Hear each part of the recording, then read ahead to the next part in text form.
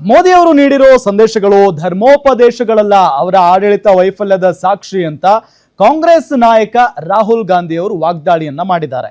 ಇನ್ನು ಡಿ.ಕೆ. ಶಿವಕುಮಾರ್ ಅವರು ಕೂಡ ಮಾತಾಡಿದ್ದಾರೆ. ಕೊರೋನಾ ಸಮಯದಲ್ಲಿ ದೀಪ ಹಚ್ಚಿ ಅಂದ್ರಿ, ದೀಪ ಹಚ್ಚಿದ್ವಿ, ಚಪ್ಪಾಳೆ ತಟ್ಟಿ ಅಂದ್ರಿ, ಚಪ್ಪಾಳೆ ತಟ್ಟಿದ್ವಿ, ಚಿನ್ನ ಪೆಟ್ರೋಲ್ ಡೀಸೆಲ್ ಜಾಸ್ತಿ ಆಯ್ತು ಅಂತಿದ್ದೀರಾ, ಯಾಕಾಯ್ತು ಅಂತ ಹೇಳ್ತಿದ್ದೀರಾ ಅಂತ ಡಿ.ಸಿ.ಎಂ ಡಿ.ಕೆ. ಶಿವಕುಮಾರ್ ಪ್ರಶ್ನೆ ಮಾಡಿದ್ದಾರೆ. ಇನ್ನು ಬಿ.ಕೆ. ಹರಿಪ್ರಸಾದ್ ಕೂಡ ಗುಡುಗಿದ್ದಾರೆ. ಇವರಂತಹ ಅಸಮರ್ಥ ಪ್ರಧಾನಿಯನ್ನ ಯಾವತ್ತೂ ನೋಡಿಲ್ಲ ಅಂತ ಹೇಳಿ ಗುಡುಗಿದ್ದಾರೆ. वेस्ट एशिया में हो रहा है, उससे कितने रुपए का नुकसान होगा? मतलब एक प्रकार से पैराडाइम शिफ्ट करने की लड़ाई चल रही है, उससे हमारी इकोनॉमी को जबरदस्त नुकसान होने वाला है. स्टॉक मार्केट का आपने देख लिया, यूएस डील साइन कर दी है मोदी जी ने, तो बहुत जबरदस्त चोट लगने वाली है देश को. तो उस पर डिस्कशन करने से क्या प्रॉब्लम है, यही हम मांग रहे हैं. और उसके बाद हम दूसरी इशू पे डिस्कशन करेंगे. बट आपको क्या लगता है,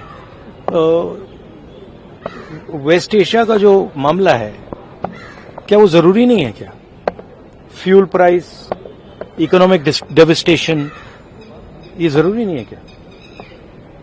तो ये जनता की इश्यू है, इसको हम जरूरी मानते हैं, इस पे हम डिस्कशन चाहते हैं.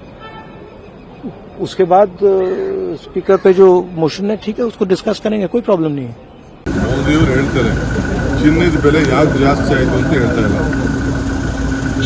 ಪೆಟ್ರೋಲ್ ಕಡಿಮೆ ಮಾಡಿ ಅಂತ ಹೇಳ್ತಾ ಇದ್ದಾರೆ. ಯಾಕಾಯ್ತು ಅಂತ ಹೇಳ್ತಾ ಇಲ್ಲ. ಜನಕ್ಕೆ ಯಾರಿಂದ ತೊಂದರೆ ಆಯಿತು ಅಂತ ಮೋದಿಯವರು ಎಕ್ಸ್ಪ್ಲೇನ್ ಮಾಡಬೇಕು. ಈ ಮದುವೆ ಮಾಡೋರು, ಚಿನ್ನ ತಗೊಳ್ತವ್ರನ್ನ ಯಾರು ಬೇಡ ಅಂತ ಹೇಳ್ತಾರೆ. ನೀವು ಜನರಿಗೆ ಏನು ಒಂದು ಸಲಹೆ ಏನ್ ಬೇಕಾದ್ರೂ ಕೊಡ್ತೀರಿ. ಹಿಂದೆ ಕೋವಿಡ್ ಬಂದಾಗ ದೀಪ ಹಚ್ಚಿ ಅಂದ್ರಿ, ದೀಪ ಹಚ್ತಾವ, ಚಪ್ಪಾಳೆ ತಟ್ಟಿ ಅಂದ್ರೆ ಚಪ್ಪಾಳೆ ತಟ್ತಾವ, ಏನಾದ್ರು ನಿಂತ್ಕೋತಾ? ಏನು ನಿಂತ್ಕೋದಿಲ್ಲ. ಒಂದು ಪ್ರಾಕ್ಟಿಕಲ್ ಇರಬೇಕು.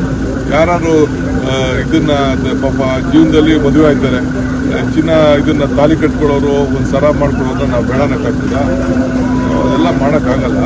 ಅವರ ಬದುಕಿನಲ್ಲಿ ಕಷ್ಟನೋ ಸುಖನೋ ಸಾಲನೋ ಸೋಲನೋ ಮಾಡಿ ಅವರ ಜೀವನದಲ್ಲಿ ಅವರು ಮಾಡ್ತಾರೆ. ಇವ್ರಿಗೆ 4 ತಿಂಗಳು ಎಲ್ಲಿ ಚುನಾವಣೆ ಮಾಡಬೇಕಾಗಿತ್ತು. 4 ತಿಂಗಳು ಚುನಾವಣೆಯಲ್ಲಿ ಎಲ್ಲೋದ್ರೂ ಸಹ ಕಾಂಗ್ರೆಸ್ ಪಕ್ಷದವ್ರನ್ನ, ವಿರೋಧ ಪಕ್ಷದವ್ರನ್ನ ನಂಬೇಡಿ, ಸುಳ್ಳು ಹೇಳ್ತಾ ಇದ್ದಾರೆ. ಅಗಾಧವಾದ ತೈಲ ಸಂಗ್ರಹಣ ಇದೆ, ಎಲ್ಲ ಪೆಟ್ರೋಲಿಯಂ ಪ್ರಾಡಕ್ಟ್ಸು ಭಾಳಷ್ಟು ನಾವು ಶೇಖರಣೆ ಮಾಡಿಟ್ಟಿದ್ದೀವಿ, ಯಾವುದೇ ರೀತಿ ತೊಂದರೆ ಇಲ್ಲ ಅಂಥೇಳಿ ಭಾಷಣ ಬಿಗ್ದಿದ್ದು.